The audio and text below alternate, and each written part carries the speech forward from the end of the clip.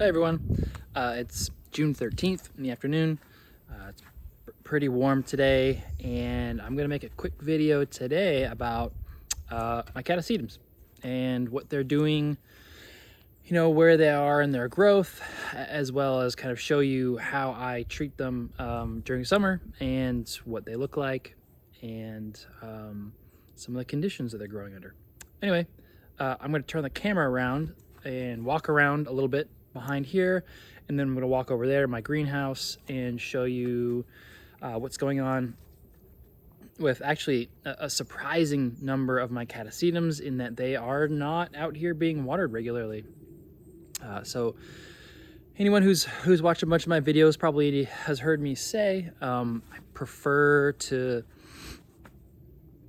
start watering around the end of May, and that's, in previous years, that's typically what happens, you know, the end of May and into the first half of June. So, you know, the fact that about half my collection is out here and half my collection is over there is a little unusual. They're usually out here by now, but anyway, 99% of them are growing nicely, and I will show them to you right now.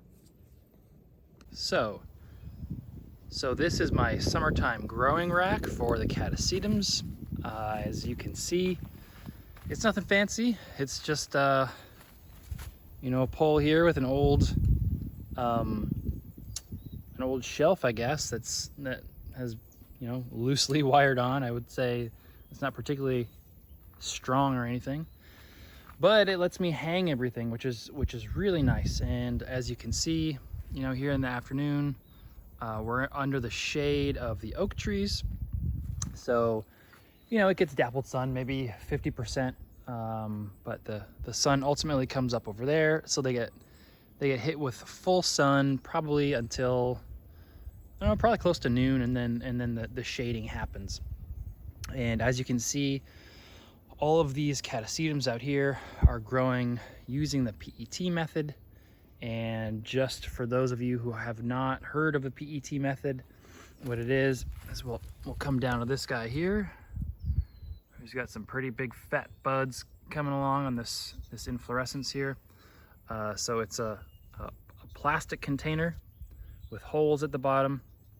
A water well is able to build up here. I've got inorganic media on the inside up to about here. So basically the area that's completely underwater all the time is not rotting.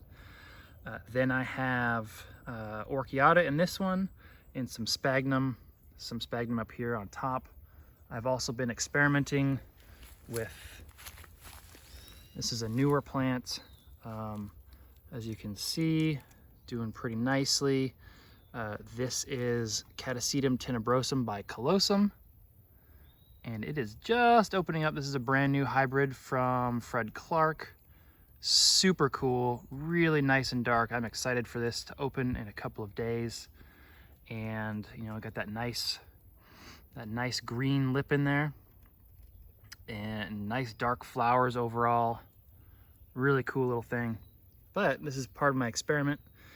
So I've got the epiweb on the bottom here, and in the, I don't know if you can see that there's water in the bottom, and then on top I just have cypress mulch. So rather than having 3 layers, I just have 2 layers.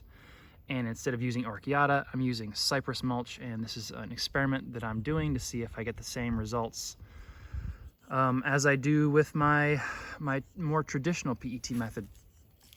And here's another version of that. Maybe you can see a little more clearly. It's not quite as wet. I just started watering this one the other day. This is my Catasetum Dragon's Treasure Cardrona, which is a big old plant that I divide just about every year and sell bulbs. But you can see, again, the cypress mulch on top. I actually did use a little Orchiata here in the bottom, and then the epiweb in the bottom here, which is where the water well is. So as I keep watering more and more during the summer, this will basically stay full all the time, and it'll become covered in algae, probably much like these ones and this one. That's all right. So now you can see what the PET method looks like. Let's take a look at some of the individual plants. So this one with this absolutely enormous, super crazy thick spike coming out. This one is Catasetum Black Knight, which is expansum by tenebrosum. This is a really cool one. I'll post a picture here of the male flowers, which are basically black with a yellow, or excuse me, a white or a cream callus. Really cool looking. But it's, as you can see, it's a pretty big plant in terms of how big the leaves get and how big the bulbs are and how much space it takes up. This is a little Catasetum matagrosoense from, this is one of the imports I've gotten years ago from Floralia, I believe, or BV, I don't remember. But it bloomed for me for the first time last year, and it's interesting to see giant plant next to small statured plant. Here's another one of my imports. This is Juruense. Hopefully it blooms this year. It started to bloom for me last year, and I think I snapped the spike. Here you go, you can see that Callosum by tenebrosum again. This is a little Catasetum schunkii. This is another one of the imports that I've gotten. And this is the second bloom spike that I've had on this one this spring. So it's a very small plant, but they don't get really huge, and it's just cranking out flowers. This is Rebecca Northern by Milana Davison. I believe this one's named, and I can't remember what it's called anymore, but I got an AM. It was awarded by the American Orchid Society this spring and received an AM on its first bloom, which is really cool. I'm gonna walk around to the other side of this here. I've got a Cymbidium that I'll end up bringing inside here in a little while and then putting it back outside during the cold season. Here's another big fat bloom spike coming out here. This is a Catasetum maculatum, another large statured plant, as you can see. This one here is Catasetum tabulari, and it's the variety Rhinocerum. Very unusual, spotted, very cool. I got this some years ago, and it should put out a bloom here in the heat of summer. This is another large statured plant, which I recently chopped up, so it's a little smaller than typical, but Catasetum, it's a complex Pileatum hybrid with expansum. Really cool one that's got some nice dark flowers here. So it's got a small bloom spike this year. Hopefully it'll get bigger next year. I already showed you the Dragon's Treasure Cardrona. Big giant plant that just puts out huge growths every year. As you can see, I just started watering, so the back bulbs are still shriveled, and it really should accelerate its growth now that I'm starting to water it. And finally, another plant that just started getting watered. This is Chuck Taylor, I believe. I have not seen this one bloom yet, so I anticipate flowers on a plant this size for sure. All right, that is how I'm growing these guys outside all summer long. Let's go inside to the greenhouse to see the plants that are not getting watered yet. All right, let's get into the greenhouse here. This time of year, it's not really a greenhouse. As you can see, I've taken the top panels off of here and on the other side so the air can flow through. There's also a window for airflow, and this door, which is open right now, has a screen open, so it has quite a bit of airflow throughout.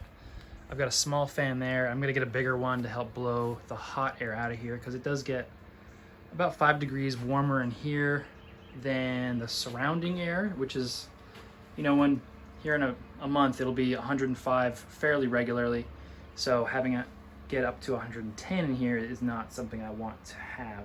If that ends up happening, maybe I'll just move these guys out underneath the oak trees, which would be kind of a big pain in the butt because there's a lot of flowers and a lot of plants in here. This is most of my collection. These are the Cattleyas, some in bloom. I'm gonna make a video soon about that Cattleya purpurata and that cool Myrmecophilia hybrid. But that's not why we're here. we're here to look at the Catasetums that are not yet getting watered. And there's quite a few. Normally I don't have this many that are still stuck in non-watering or semi-dormant mode. As you can see, they're growing, so I wouldn't say that they're dormant, but they're certainly not getting watered yet. Some of them are kind of close, you know. So once I see these roots sort of extending down into the media, so that's, you know, at least 4 inches long. Your adult plants should have roots about that long before you start to water. But you can see there's roots throughout these. And having the clear pots like this really lets me look. So, you know, this is a plant that just from experience, I know that this is probably pretty close to watering. And so I'll just look for roots throughout. So if I can hold this here and direct your attention to that, you can see some roots kind of poking out, but I really like to look at the bottom and wait for roots coming out there. So I don't see any, so I'm going to put this one back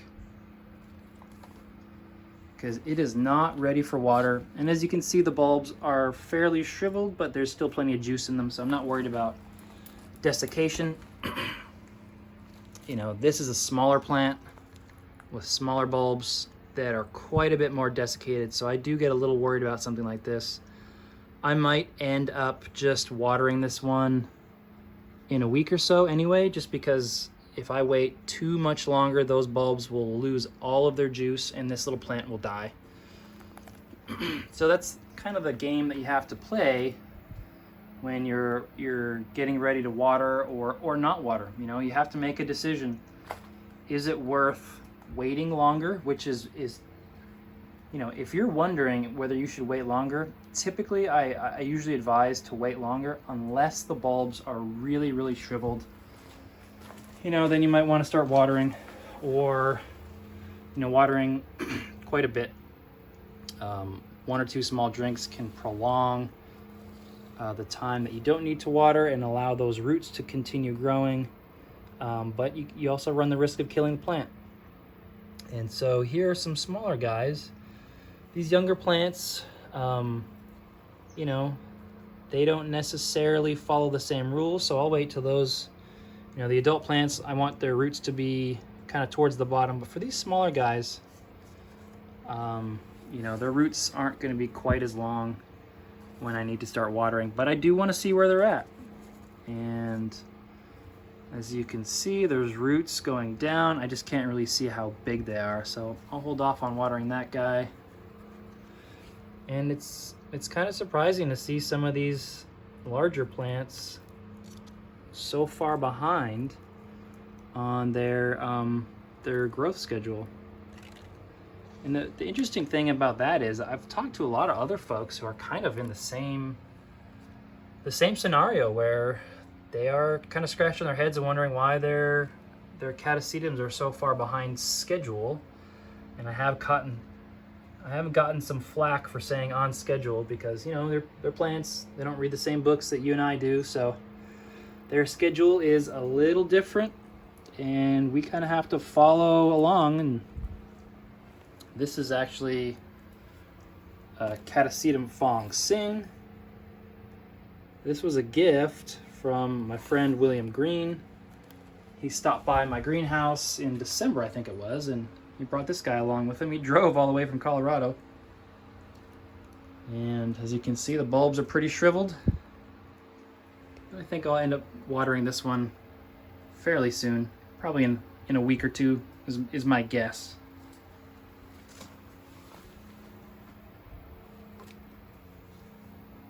Some other ones. Let's see if I can get one. So this is one, you know, the bulbs are pretty shriveled.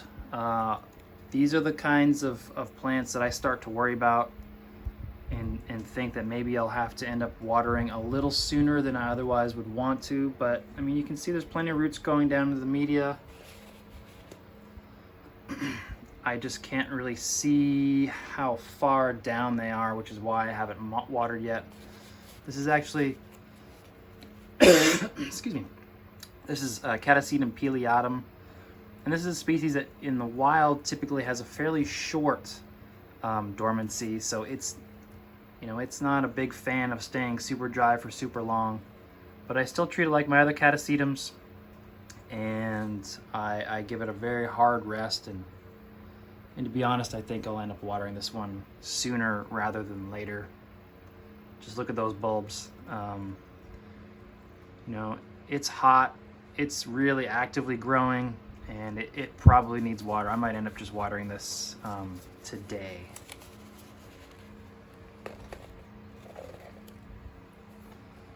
And that's it. That's my Catasetum collection update for now. So I will talk to everyone later. See ya.